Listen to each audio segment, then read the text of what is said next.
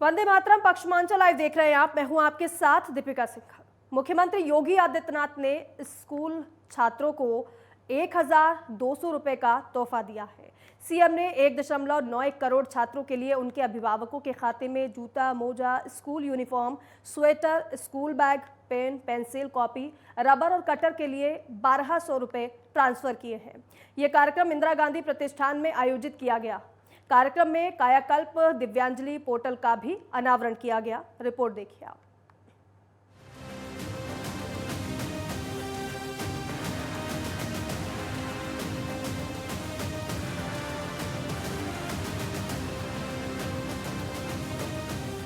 मुख्यमंत्री योगी आदित्यनाथ ने कक्षा 1 से लेकर 8वीं तक पढ़ने वाले बच्चों के अभिभावकों के खाते में डीबीटी की धनराशि देने की शुरुआत की। इसके साथ ही प्रदेश में स्कूलों को गोद लेने की रफ्तार भी जोर पकड़ेगी, क्योंकि मुख्यमंत्री कार्यक्रम में विद्यांजलि कायाकल्प पोर्टल की शुरुआत भी की। अभी तक केवल 8,050 स्कूल ही गोद लिए जा सके हैं। डीबीटी के रूप में 1,200 रुपए दिए गए। 1,91,00,000 बच्चों का नामांकन कक्षा 1 से 8 तक में हो चुका है। कार्यक्रम में एनसीईआरटी की साइंस किट वितरण की शुरुआत भी की गई। कार्यक्रम में लखनऊ, उन्नाव, रायबरेली, अयोध्या, सीतापुर, हरदोई और बाराबंकी के सभी एआरपी, खंड शिक्षा अधिकारी और स्पेशल एजुकेटर्स ने हिस्सा लिया। इसके अलावा लखनऊ के 600 शिक्षक भी इसमें शामिल हुए। इस दौरान सीएम योगी ने कोरोना पर बात करते हुए कहा कि कोरोना ने लोगों की चिंता को बढ़ाया है। इसका सबसे ज्यादा प्रभाव कॉलेज और बेसिक शिक्षा के स्कूलों पर पड़ा है। चलो अभियान के अच्छे परिणाम आए। हम लोग पिछले 2 वर्षों से इस बात के लिए चिंतित थे कि आखिर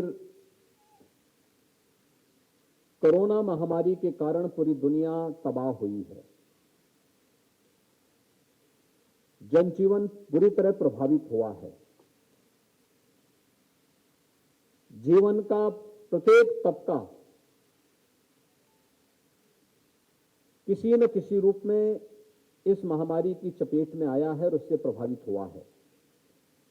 लेकिन इस सबसे अधिक प्रभावित क्षेत्रों में से एक है, वह है हमारी शिक्षा और उसमें भी बेसिक शिक्षा। साथ ही उन्होंने इस बात पर चर्चा की कि किस तरह से बेसिक शिक्षा परिषद ने कोरोना में बेहतर काम किया और बेसिक शिक्षा परिषद के स्कूलों में छात्रों की संख्या को बढ़ाया। उत्तर प्रदेश जैसे राज्य में जहां पर एक बड़ा तबका ऐसा है जहां पर बच्चों की आर्थिक स्थिति, उनके परिवार की आर्थिक स्थिति ऐसी नहीं थी कि उनके पास टेलीविजन हो, उनके पास स्मार्टफोन हो या उनके पास कोई इस प्रकार के साधन हो जिसके माध्यम से वह इसको जान सकें, देख सकें और उस कार्यक्रम के साथ आसानी से जुड़ सकें।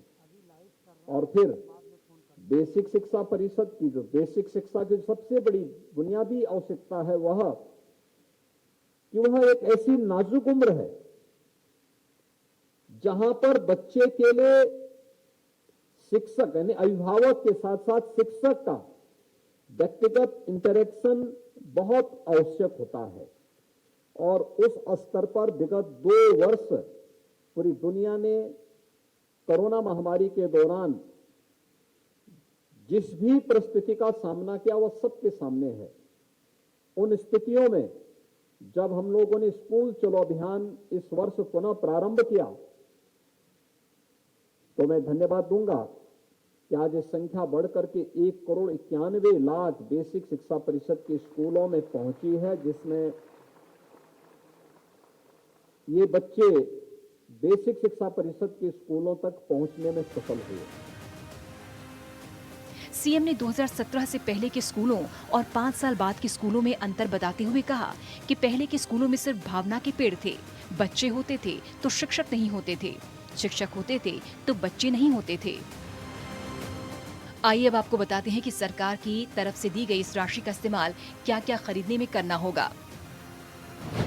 2 जोड़ी यूनिफॉर्म के लिए 600 रुपए, स्कूल बैग के लिए 170 रुपए, जूते मोजे के लिए 125 रुपए, स्वेटर के लिए 200 रुपए, स्टेशनरी के लिए 100 रुपए, सीएम योगी ने अपने संबोधन में कहा कि शिक्षकों पर बड़ी जिम्मेदारी है। बच्चों का माता पिता के बाद सबसे अधिक संवाद शिक्षक से होता है। बच्चों की बेसिक शिक्षा की जिम्मेदारी के वाहक शिक्षक हैं। आज का समय तकनीक का समय है। तकनीक के साथ भावनात्मक जुड़ाव रखना होगा। तकनीक से परहेज नहीं करना है। Desk report, network 10। और गाजियाबाद की अनाज मंडी में कारोबारी सतीश गोयल और उनके परिवार के 6 लोगों की हत्या में पूर्व ड्राइवर राहुल वर्मा को अदालत ने फांसी की सजा सुना दी है। लूट के इरादे से इस चर्चित हत्याकांड को अंजाम दिया गया था। जुर्म साबित करने में अहम सुराग दीवार पर मिले खून से सने हाथ के पंजे बने। फॉरेंसिक जांच के बाद पूरा मामला साफ हुआ और राहुल दोषी साबित हुआ। कोर्ट में राहुल वर्मा के खिलाफ 30 लोगों ने गवाही दी थी।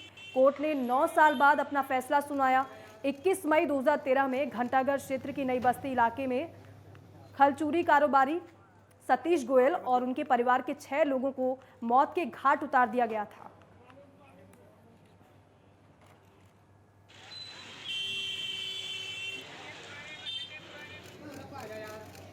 घंटाघर पे खलचूनी के थोक व्यापारी थे सतीश चंद्र गोयल ने उनके परिवार के 7 लोगों की हत्या कर दी थी 21/22 तारीख की मई 2013 में। ये जो एक्यूट है ये उनके यहाँ ड्राइवर था। घटना से पहले इसने करीब 4.5 लाख रुपए की चोरी करी थी। उसकी उन्होंने रिपोर्ट नहीं कराई थी। इसे ये पता था कि इनके घर में 35-40 लाख रुपए कैश है, क्योंकि इनका किडनी का ऑपरेशन होना था। उसी में आके इसने रात में लूट करने की कोशिश करी। जगने के कारण, पहचान से छुपाने के कारण इन्हें सारे पूरे परिवार की हत्या कर। सुपरटेक ट्विन टावर को गिराने की तारीख पर आखिरी मोहर लग चुकी है। सभी तैयारियां भी पूरी हो चुकी हैं। अब सिर्फ टावर में विस्फोटक लगाने का काम बाकी रह गया है, जो कि 2 अगस्त से शुरू हो जाएगा। नागपुर से लाकर विस्फोटक को नोएडा से करीब 70 से 80 किलोमीटर दूर हरियाणा के पलवल में रखा गया है। जितनी ज़रूरत होगी रोज़ाना उतना ही विस्फोटक आएगा। हर रोज़ शाम बाकी बचे हुए विस्फोटक को वापस पलवल भेज दिया जाएगा। विस्फोटक लगाने के दौरान टावर की सुरक्षा बढ़ा दी जाएगी। टेक्नीशियंस के अलावा किसी और को टावर के अंदर जाने की अनुमति नहीं होगी। दोनों टावर को ध्वस्त करने में लगेगा 3700 किलो विस्फोटक। दोनों टावर के पिलर में 10,000 होल किए गए हैं। 20 अगस्त तक रोज़ाना विस्फोटक नोएडा लाया जाएगा और 21 अगस्त को दोपहर 2:30 बजे ब्लास्ट किया जाएगा।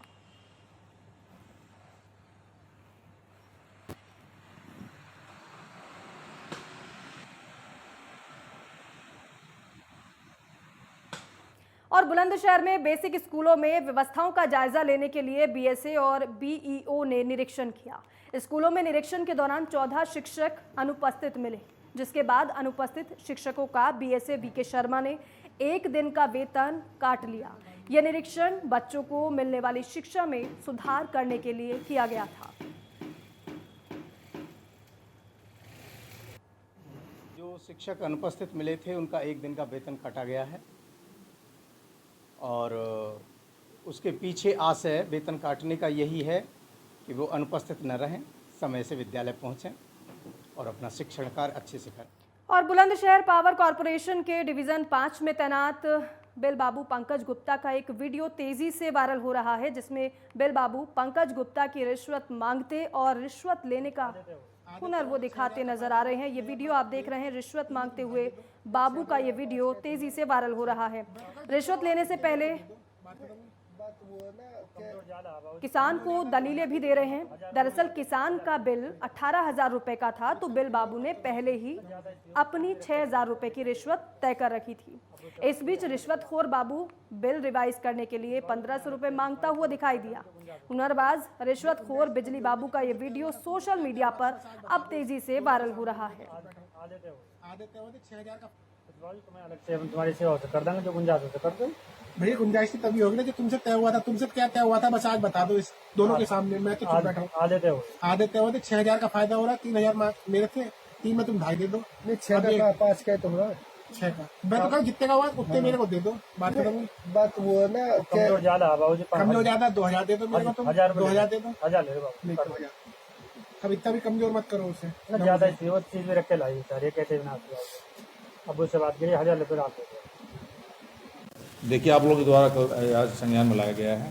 मैं संबंधित एक्शन के खंड का पंचम का मामला है और हमारे एसपी साहब जो सेकंड सगी का मामला है, मैंने इन लोगों को बता दिया है कि संबंध में आज ही कार्रवाई करके आप लोगों को सूचित कर दिया जाएगा। और आगे भी खबरों का सिलसिला यूं ही जारी रहेगा, लेकिन फिलहाल वक्त एक छोटे से ब्रेक का है।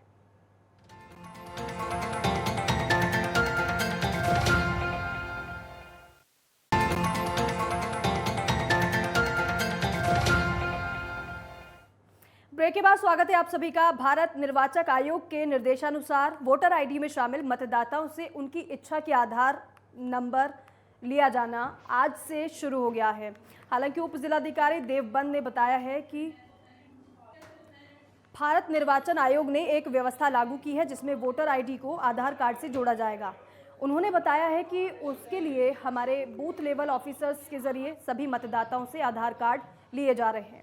ये आधार कार्ड उनकी इच्छा से लिए जाएंगे, ज़बरदस्ती किसी से नहीं लिए जाएंगे। साथ ही साथ बताया कि जिस पर आधार कार्ड नहीं है उनके लिए भी एक ऑप्शन है, इसके ज़रिए वो आधार कार्ड से जुड़ सकते हैं।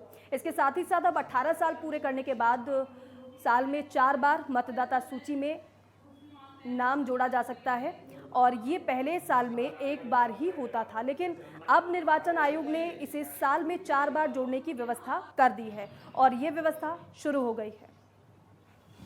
देखिए, भारत निर्वाचन आयोग ने एक व्यवस्था लागू की है कि निर्वाचक नामावली को आधार कार्ड से जोड़ा जाए। उसके लिए हमारे बूथ लेवल ऑफिसर के माध्यम से सभी मतदाताओं से आधार कार्ड लिया जा रहा है, लेकिन ये आधार कार्ड स्वैच्छिक लेना है, ज़बरदस्ती किससे नहीं लेना है। और इसके अलावा कुछ ऑप्शंस भी दिए उन्होंने, इसके जिसका आधार कार्ड ना हो तो कुछ ऑप्शंस भी हैं जो कि वो लेंगे जो 8-10 हिस्से की वोट दिया जाता है। और इसके साथ साथ ही ये भी एक कार्यक्रम रखा गया, पहले जो है केवल 1 जनवरी को जो होता था उसका जो 18 साल का बन जाता था उसका मतदाता बनते थे। अब जो है 4 बार साल में 4 बार जो है लिया जाएगा वोट जोड़ने के लिए जो 18 साल का हो। और मुरादाबाद में आज से वोटर आईडी को आधार कार्ड से जोड़ने की प्रक्रिया जो है वो शुरू कर दी गई है। जिलाधिकारी मुरादाबाद ने आज मुरादाबाद के बीएलओ और तहसील कर्मचारियों को निर्वाचन आयोग के जारी किए गए फॉर्म 6B को सभी कर्मियों को देकर भरवाया गया है। आज से सभी कर्मियों को आधार कार्ड से वोटर आईडी को लिंक करने का काम शुरू करना है। अब ऐसे में सभी कर्मियों को निर्देश दिए गए हैं। ये आजकल के समय में बहुत ज़रूरी काम है। ऑनलाइन के साथ साथ ऑफलाइन भी सभी कर्मी वोटर आईडी से आधार कार्ड को लिंक कर सकेंगे और वहीं इस काम को जल्दी से जल्दी सभी को पूरा करना है। चुनाव के दौरान जहां फेक पोलिंग की शिकायतें मिलती थी, वहीं वोटर आईडी और आधार कार्ड को लिंक करने के बाद इस तरीके की शिकायतें नहीं मिलेंगी। जिलाधिकारी ने कहा है कि मतदाताओं के वोटर कार्ड के साथ साथ आधार कार्ड का डाटा सुरक्षित रखना है और उनको ट्रेजरी के डबल लॉक में रखा जाएगा ताकि किसी का भी डाटा लीक ना हो पाए।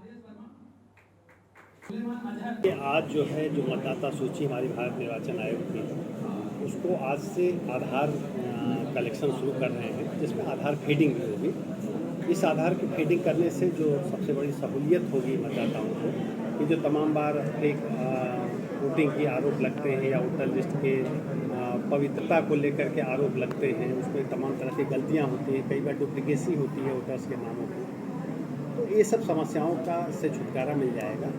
और पिछले साल आगरा के पिनाहट क्षेत्र की चंबल नदी में आई बाढ़ से नदी किनारे के कई गांव पानी में डूब गए थे। अब चंबल नदी में आए उफान से आसपास के गांव में हुए नुकसान को आज भी ग्रामीण भूले नहीं हैं। हालांकि कुछ दिनों पहले राजस्थान के कोटा बैराज से छोड़े गए तकरीबन 1.5 लाख क्यूसेक पानी से चंबल नदी का जलस्तर 121 मीटर तक पहुंच गया था, जो कि खतरे के निशान से महज 6 मीटर कम था। अब वर्तमान में चंबल नदी का जलस्तर कम होकर 118.60 मीटर पर पहुंच गया है और इस बीच नेटवर्क 10 की टीम उन गांवों की गलियों में पहुंची जहां पिछले साल चंबल नदी में आई बाढ़ ने कहर बरपाया था। हालांकि इस बार भी बाढ़ को लेकर अलर्ट जारी कर दिया गया है। साथ ही साथ आसपास के गांवों में कई बाढ़ चौकियां भी बनाई गई हैं।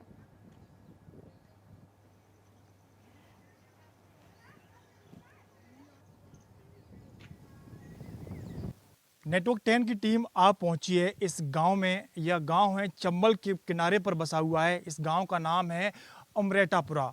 यहाँ के कुछ ग्रामीण हमारे पास मौजूद हैं, इनसे हम बात करेंगे किस तरीके से यहाँ पर यदि बाढ़ आती है तो किस तरीके से यहाँ पर प्रशासन की व्यवस्था होती है। यहाँ पर अभी तक कोई भी प्रशासन का अधिकारी पहुँचा है या नहीं पहुँचा है। क्या नाम है आपका? सुखराम जी, यहाँ पर यदि बाढ़ आती है तो किस तरीके के हालात रहते हैं?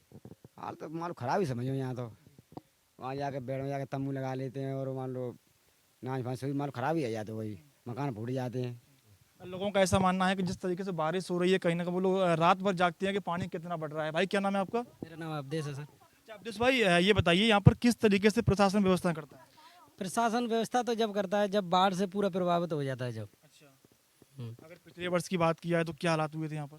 जब ये हालात यहाँ का पूरा सब लेवल से ये मकान है ये सब डूब गए थे।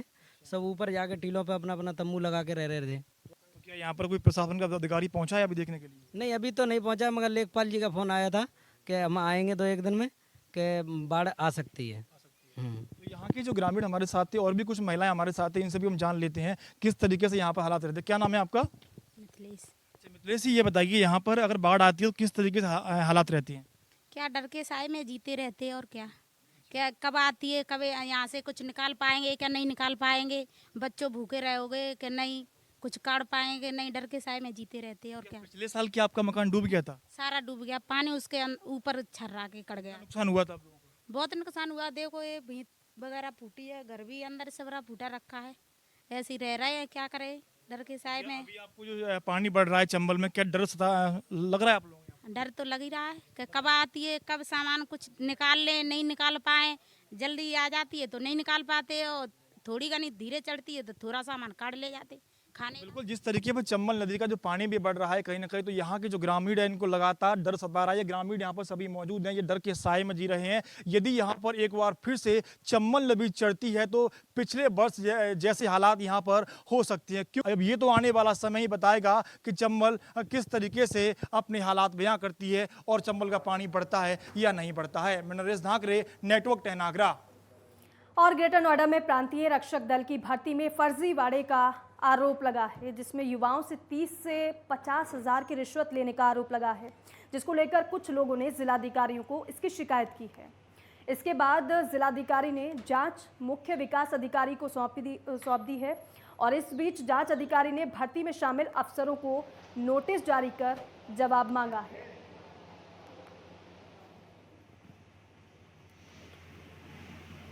जी, उसमें डीएम साहब के यहाँ कुछ 2-4 लड़के गए थे और उन्होंने एक आवेदन पत्र दिया था कि भर्ती में कुछ गड़बड़ियाँ की गई हैं, तो वो जांच हमको डीएम साहब ने सुपुर्द किया है और उसमें हम 3 जिला स्तरीय अधिकारियों को नामित कर दिए हैं और युवा कल्याण विभाग से सभी भर्ती के अभिलेख मंगाए गए हैं।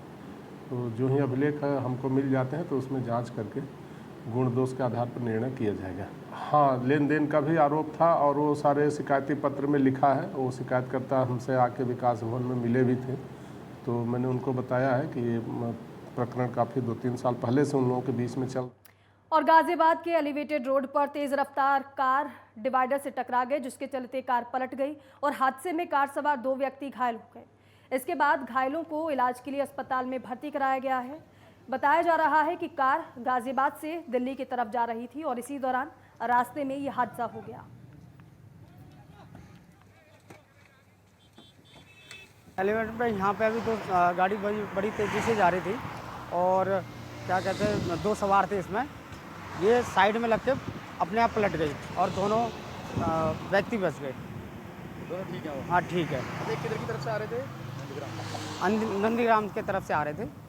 और वही संभल जिले में 2 कांवड़िए सड़क हादसे में गंभीर रूप से घायल हो गए हैं, जिन्हें जिला अस्पताल में भर्ती कराया गया है। बता दें कि मुरादाबाद के बेलारी से ब्रजघाट को डाक कांवड़ ले जाते समय हादसा हुआ। वहीं इस हादसे की पूरी वजह अभी तक साफ नहीं हो पाई है। पूरी घटना सदर कोतवाली संभल क्षेत्र के फतेह-उल्ला सराय की है।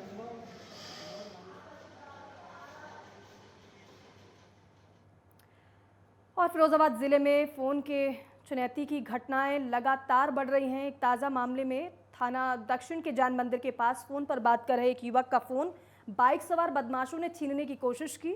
वहीं मोबाइल लूटकर भाग रहे बदमाश को जनता ने पकड़कर उनकी जमकर पिटाई कर दी।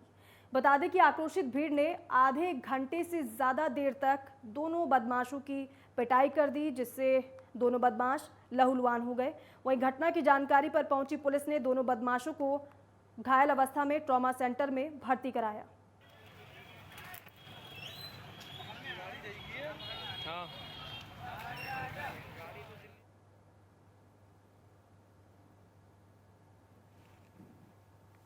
घटना हुई है, बच्चे आ रहा था बात करते हुए, उसके हाथ से फोन छीना इनने। भाई फोन छीन के भाग रहे थे, कंपल्सर से पट गए। नारियल पकड़ाया कि बच्चा कहाँ गया, तो मेरे पास मोबाइल है और ले। कौन सी जगह का मामला है? कौन सी जगह का मामला है? मेरा बच्चा मेरे पास। थाना कौन सा पड़ता है? और वहीं अमेठी में रविवार देर रात से गायब युवक का संदिग्ध परिस्थितियों में गांव के बाहर पेड़ से लटकता शव मिला है। परिजनों ने अब हत्या की आशंका जताई है। वहीं मामले की सूचना पर पहुंची पुलिस ने शव को कब्जे में लेकर पोस्टमार्टम के लिए भेज दिया है। शुक्ल बाजार थाना क्षेत्र के पूरे दयाल किशनी गांव का ये मामला बताया जा रहा है। फिलहाल पुलिस इस पूरे मामले की जांच पड़ताल कर रही है।